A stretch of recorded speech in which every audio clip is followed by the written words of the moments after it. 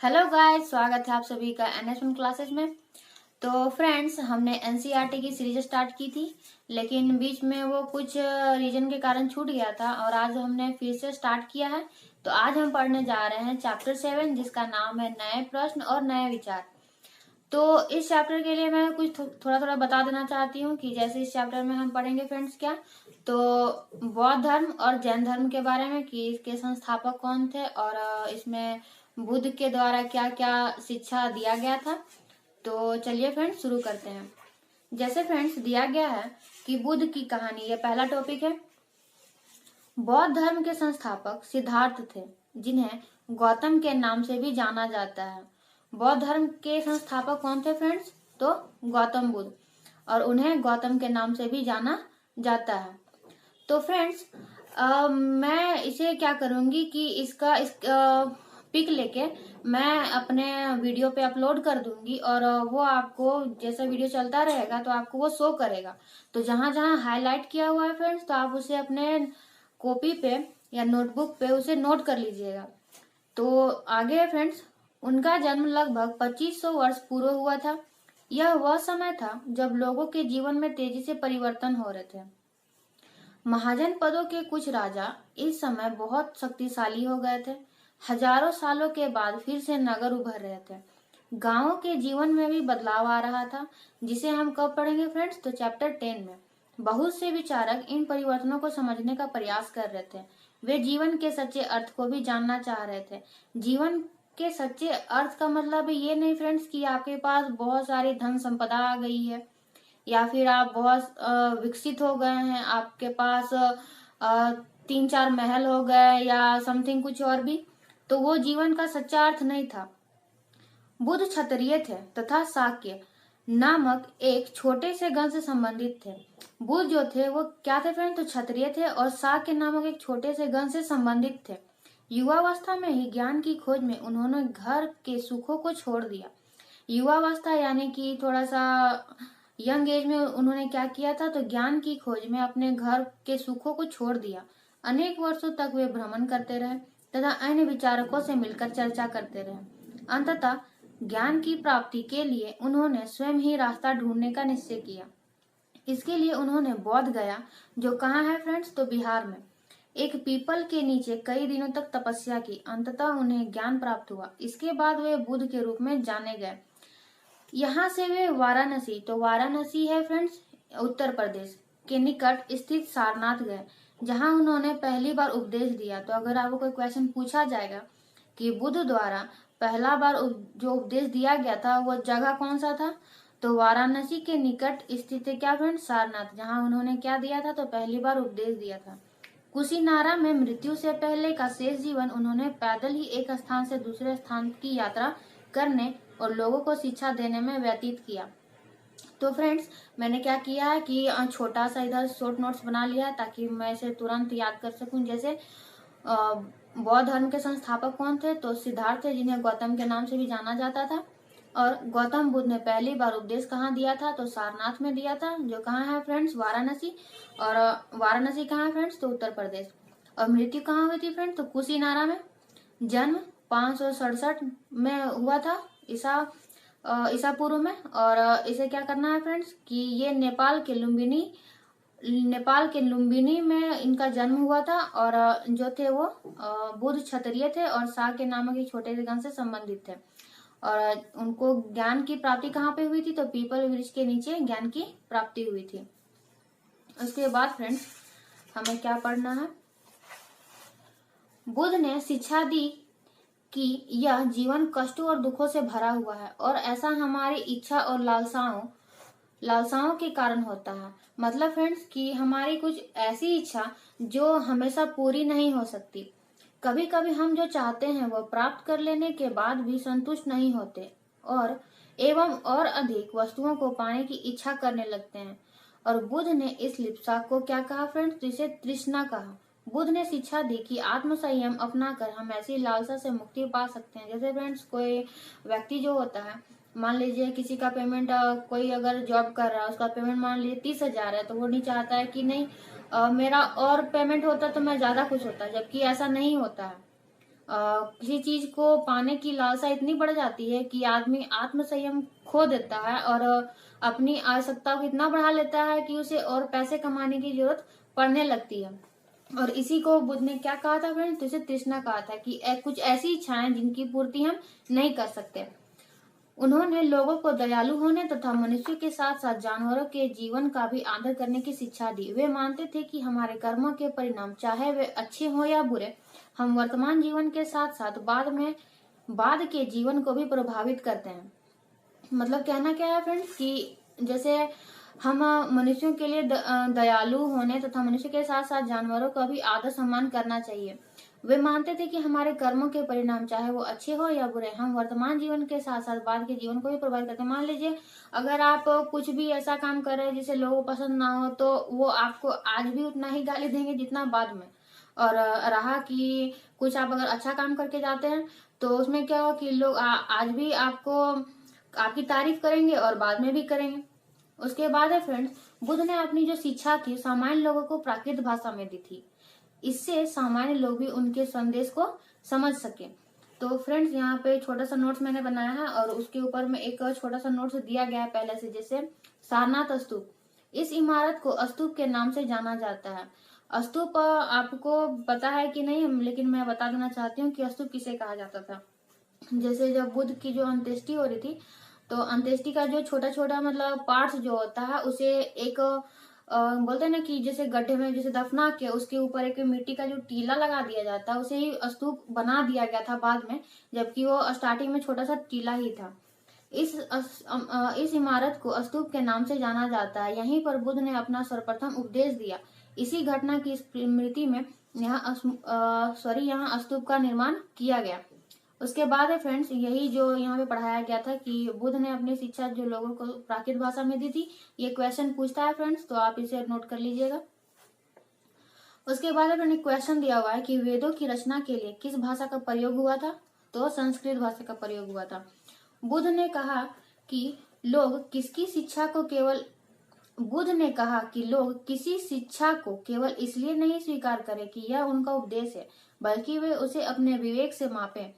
और इस तरह उन्होंने किस प्रकार किया, तो देखिए फ्रेंड्स, एक किस्सा गौतमी की कहानी दिया गया है। मैं इसे आपको बताना चाहती हूँ। मैं नहीं बोलूंगी कि आप इसे पढ़ लीजिएगा, लेकिन मैं आपको इसे सुना देती हूँ। जैसे देखिए, यह बुद्ध के विषय में एक प्रसिद्ध कहानी है। एक समय की बात है, किस्सा गौतमी नामक एक स्त्री का पुत्र मर गया। इस बात से वह इतनी दुखी हुई कि अपने बच्चे को गोद में लिए नगर की सड़कों पर घूम घूम कर लोगों से प्रार्थना करने लगी कि कोई उसके पुत्र को जीवित कर दे।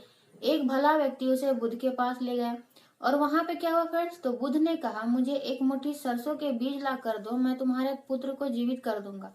किस्सा गौतमी बहुत ज्यादा प्रसन्न हो गई, पर जैसे ही वह बीज लाने के लिए जाने लगी तभी बुद्ध ने उसे रोका और कहा, ये बीज एक ऐसे घर से मांग कर लाओ जहाँ किसी की मृत्यु ना हुई हो। तो ऐसा तो संभव नहीं है ना फ्रेंड्स। किस्सा गौतमी एक दरवाजे से दूसरे दरवाजे गई, लेकिन वह जहां भी गई उसने पाया कि हर घर में किसी न किसी के पिता, माता, बहन, भाई, पति, पत्नी, बच्चे, चाचा, चाची, दादा, दादी की मृत्यु हुई थी।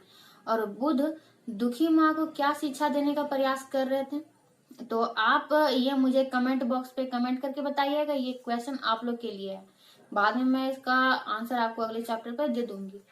आगे है फ्रेंड्स उपनिषद। जिस समय बुद्ध उपदेश दे रहे थे उसी समय या उससे भी थोड़ा पहले दूसरे अन्य चिंतक भी कठिन प्रश्नों का उत्तर ढूंढने का प्रयास कर रहे थे। उनमें से कुछ मृत्यु के बाद के जीवन के बारे में जानना चाहते थे, जबकि अन्य यज्ञों की उपयोगिता के बारे में जानने को उत्सुक थे। इनमें से अधिकांश चिंतकों का यह मानना था कि इस विश्व में कुछ तो ऐसा है जो कि अस्थायी है और जो मृत्यु के बाद भी बचा रहता है। उन्होंने इसका वर्णन आत्मा तथा ब्रह्म अथवा सार्वभौम आत्मा के रूप में किया। वे मानते थे कि अंततः आत्मा तथा ब्रह्म एक ही हैं। ऐसे कई विचारों का संकलन उपनिषदों में हुआ। उपनिषद उत्तर वैदिक ग्रंथों के हिस्सा थे। उपनिषद का शाब्दिक अर्थ है फ्रेंड्स गुरु के समीप बैठना। इन ग्रंथों में अध्यापकों और विद्यार्थियों के बीच बातचीत का संकलन किया गया है, यानी कि जो उपनिषद है और उपनिषद जो है वो उत्तर वैदिक ग्रंथों के हिस्सा थे। ये सब मेन पॉइंट है फ्रेंड्स। मैं आपको बार बार बोल रही हूँ कि जहाँ कहीं भी मेरा जो यहाँ पे अंडरलाइन किया गया है, जो हाईलाइट किया गया है, उसे आप अपने कॉपी पे नोट कर लीजिएगा। प्रायः ये विचार सामान्य वार्तालाप के रूप में प्रस्तुत किए गए, यानी कि जैसे अध्यापक और विद्यार्थी जो बैठे रहते हैं उनके बीच जो बातचीत होती है उसे वार्तालाप ही कहा जाता है। तो उसी को यहाँ पे क्या किया गया है फ्रेंड्स, तो उसी को इसका संकलन किया गया है किसमें, तो उपनिषदों में किया गया है। यहाँ एक और स्टोरी है फ्रेंड, तो इसे आप पढ़ लीजिएगा। वो स्टोरी थोड़ी इंटरेस्टिंग थी इसीलिए मैंने आपको बता दिया। उसके बाद एक यहाँ है फ्रेंड्स जैसे छांदोग्य, ये अगर पूछा जाए कभी भी क्वेश्चन पे कि ये क्या है, तो ये उपनिषद है। और आगे दिया गया है, इन चर्चाओं में भाग लेने वाले अधिकांश पुरुष ब्रह्म तथा राजा होते थे। यानी कि जो चर्चा होती थी, ये जो वार्तालाप होते थे, उनमें क्या होते थे फ्रेंड्स, तो अधिकांश पुरुष होते थे। पुरुष जो होते थे वो ब्राह्मण तथा राजा होते थे। कभी कभी गार्गी जैसे स्त्री विचारकों का भी उल्लेख मिलता है। विद्वता के लिए प्रसिद्ध गार्गी राज दरबारों में होने वाले वाद विवाद में भाग लिया करती थी। ये भी अंडरलाइन किया हुआ फ्रेंड्स। निर्धन व्यक्ति इस तरह के वाद विवाद में बहुत कम ही हिस्सा लेते थे, यानी कि जो गरीब लोग होते थे। अभी भी होता है फ्रेंड्स, कभी किसी के यहाँ पे कुछ जैसे बड़ा कोई फंक्शन होता है तो वहां पे गरीब लोग का जरूरत तो होता नहीं, तो वही हाल पहले भी था। इस तरह का एक प्रसिद्ध अपवाद क्या है फ्रेंड्स, तो सत्यकाम जाबाल का है। सत्यकाम जाबाल का नाम उसकी दासी माँ के नाम पे पड़ा है। सत्यकाम के मन में सत्य जानने की तीव्र जिज्ञासा उत्पन्न हुई। गौतम नामक एक ब्राह्मण ने उन्हें अपने विद्यार्थी के रूप में स्वीकार किया तथा वह अपने समय के सर्वाधिक प्रसिद्ध विचारकों में से एक बन गए। उपनिषदों के कई विचारों का विकास बाद में प्रसिद्ध विचारक शंकराचार्य के द्वारा किया गया। और इसमें हम कब पढ़ेंगे फ्रेंड्स, तो इसके बारे में हम क्लास 7 में पढ़ेंगे। उसके बाद फ्रेंड्स यहाँ पे व्याकरण विद पाणिनि के बारे में कुछ दिया गया है। तो अगर आपको क्वेश्चन पूछा जाए कि व्याकरण की रचना किसने की थी, तो पाणिनि ने की थी। और कौन से लैंग्वेज में किया गया था, तो वो था संस्कृत। आगे फ्रेंड्स, इस युग में कुछ अन्य विद्वान भी खोज कर रहे थे। उन्हीं प्रसिद्ध विद्वानों में एक पाणिनि ने संस्कृत भाषा के व्याकरण की रचना की। उन्होंने स्वरों तथा व्यंजनों को एक विशेष क्रम में रखकर उनके आधार पर सूत्रों की रचना की। और ये सूत्र आपको जान के थोड़ा सा अचंभित हो जाइएगा कि ये जो सूत्र थे वो बीजगणित यानी कि आज के अलजेब्रा से काफी मिलते जुलते हैं। उसके आगे है फ्रेंड्स जैन धर्म। तो इसी युग में अर्थात लगभग 2500 वर्ष पूर्व जैन धर्म के सर्वाधिक महत्वपूर्ण विचारक वर्धमान महावीर ने भी अपने विचारों का प्रसार किया। वह वज्जी संघ के लिच्छवी कुल के एक क्षत्रिय राजकुमार थे। वह वज्जी संघ, उस टाइम संघ चलता था किनके यहाँ पे फ्रेंड्स, तो महावीर जो थे ना, वर्धमान महावीर, उनके यहाँ पे संघ चलता था। तो वह वज्जी संघ के लिच्छवी कुल के एक क्षत्रिय राजकुमार थे। इस संघ के विषय में तुमने कक्षा 6 में पढ़ा है, यानी कि हमने पहले जो पढ़ा मैंने आपको बताया था। 30 वर्ष की आयु में उन्होंने घर छोड़ दिया और जंगल में रहने लगे। 12 वर्ष तक उन्होंने कठिन व एकाकी जीवन व्यतीत किया। इसके बाद उन्हें ज्ञान प्राप्त हुआ।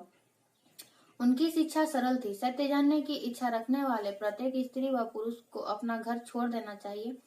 उन्हें अहिंसा के नियमों का कड़ाई से पालन करना चाहिए, अर्थात किसी भी जीव को ना तो कष्ट देना चाहिए और ना ही उसकी हत्या करनी चाहिए। महावीर का कहना था, सभी जीव जीना चाहते हैं, सभी के लिए जीवन प्रिय है। महावीर ने अपनी शिक्षा प्राकृत में दी। देखिए फ्रेंड्स, दोनों ने यानी कि भगवान बुद्ध ने और महावीर ने क्या किया था फ्रेंड्स, तो जो अपनी शिक्षा थी वो प्राकृत भाषा में थी। यही कारण है कि साधारण जन भी उनके तथा उनके अनुयायियों की शिक्षाओं को समझ सके।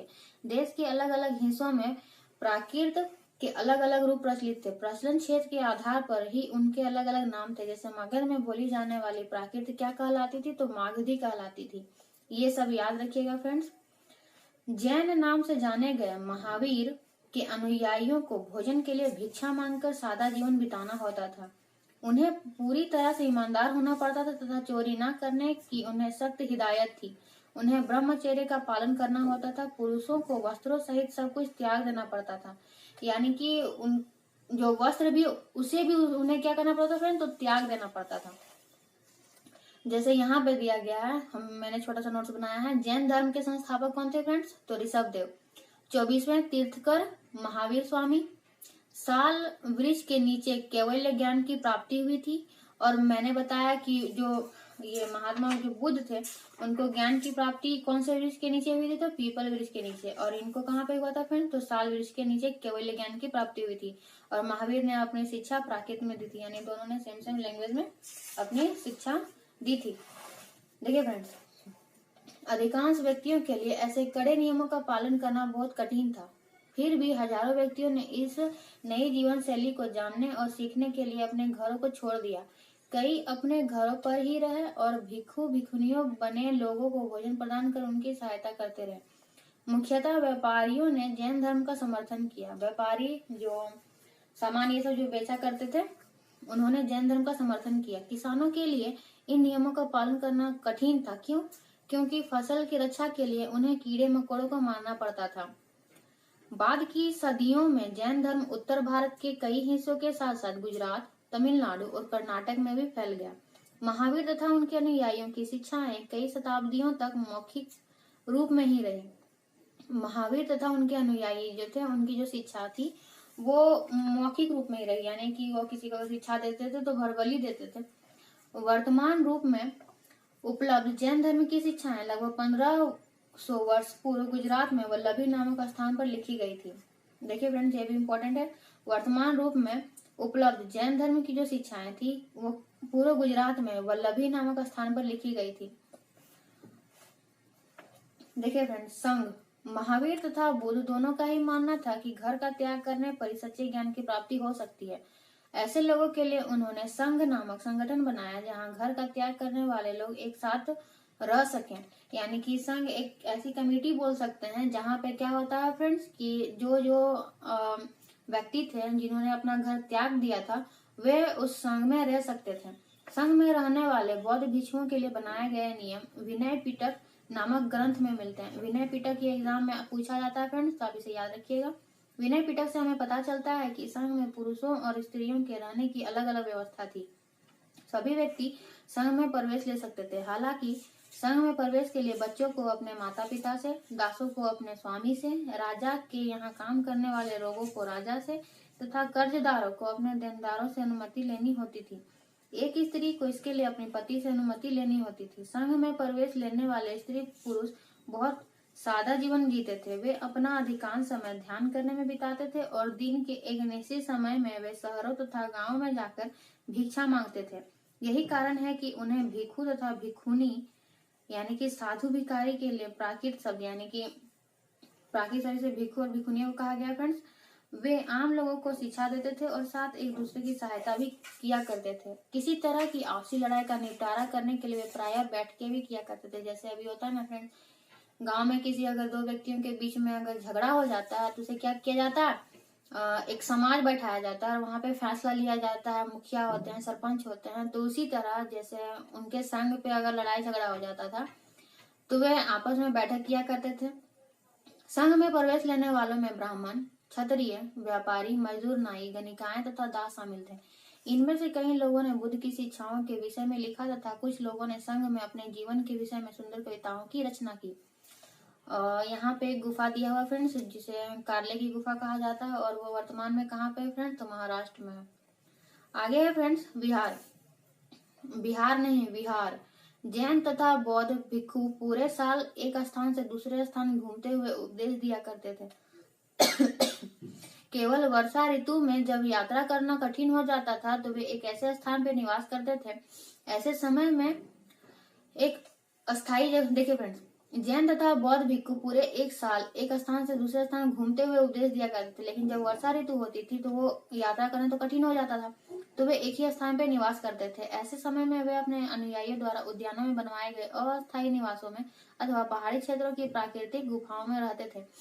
एक यहाँ पे एक थोड़ा सा इंडिकेट कर दिया गया है कि उनके जो निवास स्थान थे वो अस्थायी नहीं थे बल्कि वो अस्थायी थे। जैसे जैसे समय बीतता गया भिक्षु भिक्षुनियों ने स्वयं तथा उनके समर्थकों ने अधिक अस्थायी शरण स्थलों की आवश्यकता का अनुभव किया। तब कई शरण स्थल बनाए गए जिन्हें विहार कहा गया। आरंभिक विहार लकड़ी के बनाए गए हैं तथा बाद में इनके निर्माण में ईंटों का प्रयोग होने लगा।